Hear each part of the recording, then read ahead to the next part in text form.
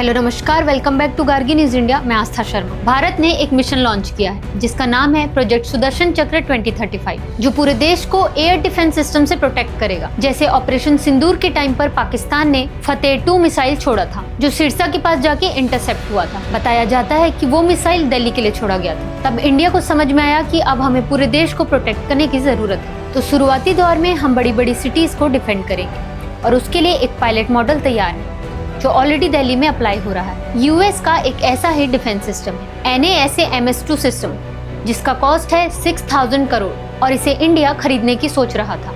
लेकिन इंडिया ने सोचा अब हम अपना सिस्टम खुद बनाएंगे, इसलिए इंडिया ने बनाया है एक 3 लेयर सिस्टम, जिसमें पहला लेयर है VSHORADS। ये इंडिजिनसली DRDO ने डेवलप किया है। ये आसपास के छोटे खतरों को रोक सकता है। इसके बाद आती है लेयर 2 यानी QRSAM, जो थोड़े आगे की रेंज तक प्रोटेक्ट कर सकता है, और ये DRDO ने इंडियन कंपनीज के साथ मिलकर डेवलप किया है। और थर्ड पे आता है बैरक 8 सिस्टम, जो DRDO और इजराइल की कंपनियों ने साथ में मिलकर डेवलप किया है। ये 3 लेयर तो लगेंगी ही, लेकिन इसके अलावा DRDO ने प्रोजेक्ट कुशा लॉन्च किया है, जिसमें हम इसके आगे 3 और लेयर ऐड करेंगे, लॉन्ग रेंज, एक्सटेंडेड रेंज और वेरी लॉन्ग रेंज, जो बाकी एरियाज को भी प्रोटेक्ट करेंगी। अब आता है रशिया का S-400 सिस्टम, जो इस सुदर्शन चक्र का पार्ट बनेगा और इंडिया को प्रोटेक्ट करेगा। DRDO, इंडियन गवर्नमेंट और नरेंद्र मोदी जी का मानना है कि अगर हम इंडिजिनसली डेवलप करें चीजों को तो इसके 2 फायदे होंगे। पहला, रशिया को ऐसा नहीं लगेगा कि इंडिया को उसी की जरूरत है, और दूसरा, हर वो देश डेवलप्ड कहलाता है जो अपने वेपन्स खुद बनाता है,